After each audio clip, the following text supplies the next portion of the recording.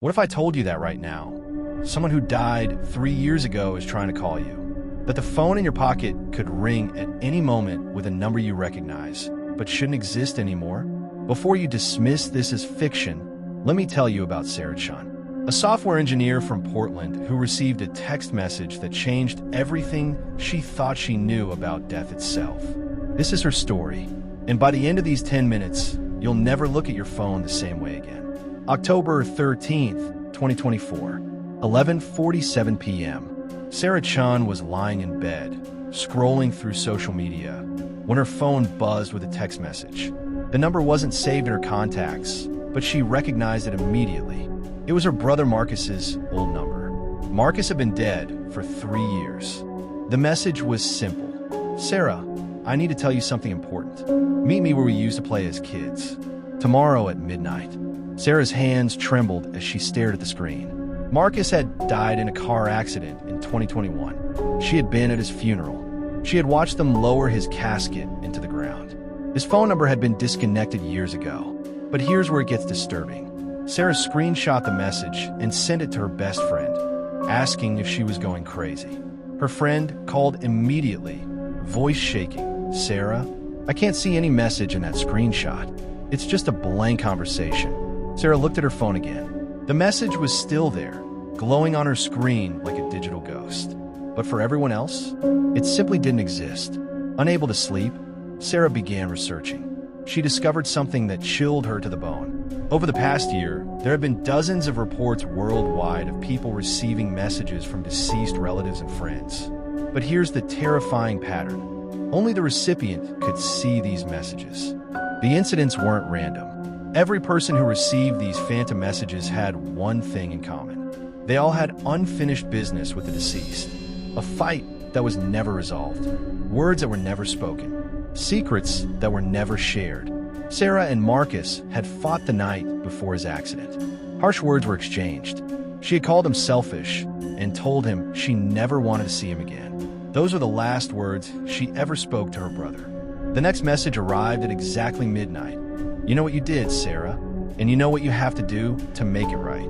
This time, Sarah tried to respond, but every message she typed disappeared the moment she hit send. The conversation was one way only. The dead could speak, but they couldn't hear replies. Despite every rational thought screaming at her to ignore the messages, Sarah found herself driving to Riverside Park the next night. This was where she and Marcus had spent countless hours as children, building forts and sharing secrets. The park was empty at midnight, streetlights casting long shadows between the trees. Sarah sat on their old favorite bench, phone clutched in her hands, waiting. The autumn wind rustled through dead leaves, creating whispers that seemed almost familiar. At exactly 12:17 a.m., her phone buzzed again. Look behind you. Sarah's blood turned to ice. Slowly, she turned around. Standing 20 feet away, partially hidden in the shadows of an old oak tree, was a figure. Tall, familiar posture, but the face was obscured by darkness. Marcus, she whispered into the night air. Her phone lit up with a new message. You left me to die, Sarah.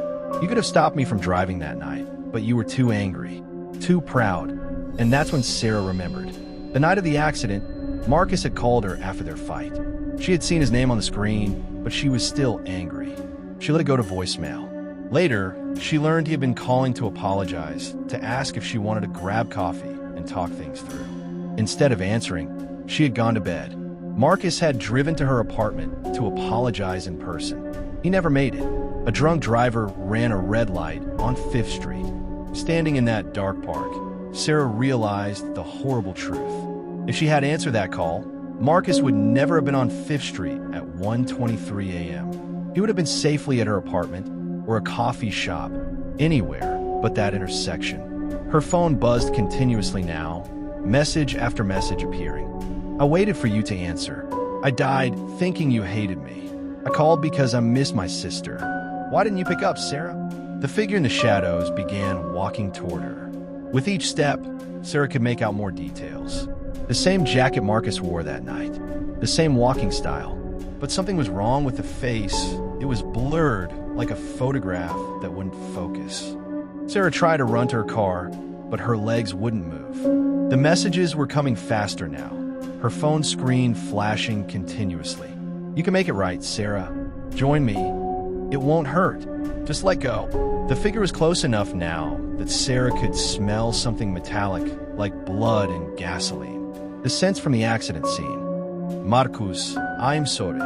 Sarah screamed into the darkness. "I should have answered. I should have been there." For a moment, everything went silent. The wind stopped. The figure paused. Even her phone stopped buzzing. Then, one final message appeared. "Sorry isn't enough, Sarah, but love is." In that moment, Sarah understood. This wasn't about guilt or revenge. Marcus wasn't trying to punish her. He was trying to save her from the same guilt that was slowly destroying her life. The same what-ifs that kept her awake every night. Sarah looked up at the figure and spoke from her heart. "Marcus, I love you.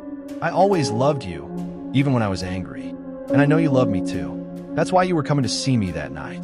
The figure began to fade, becoming translucent in the moonlight. "I forgive you for not answering, Sarah. Now you have to forgive yourself." Sarah's phone went dark. When she looked up, the figure was gone. She was alone in the park, but for the first time in 3 years, she didn't feel haunted. Sarah drove home that night and finally listened to Marcus's last voicemail. His voice, warm and loving. "Hey sis, I know you're mad, but I love you. Let's grab coffee tomorrow and fix this, okay? Family is too important for stupid fights." The next morning, Sarah's therapist noticed an immediate change. The guilt that had consumed her was finally beginning to heal. But here's what will keep you awake tonight. Sarah wasn't the only one receiving these messages. According to recent reports, the phenomenon is spreading. More people worldwide are getting contacted by deceased loved ones through digital devices. So tonight, when you're alone with your phone, if you see a message from someone who shouldn't be able to text anymore, remember Sarah's story. Sometimes the dead don't return to haunt us. Sometimes they return to heal us.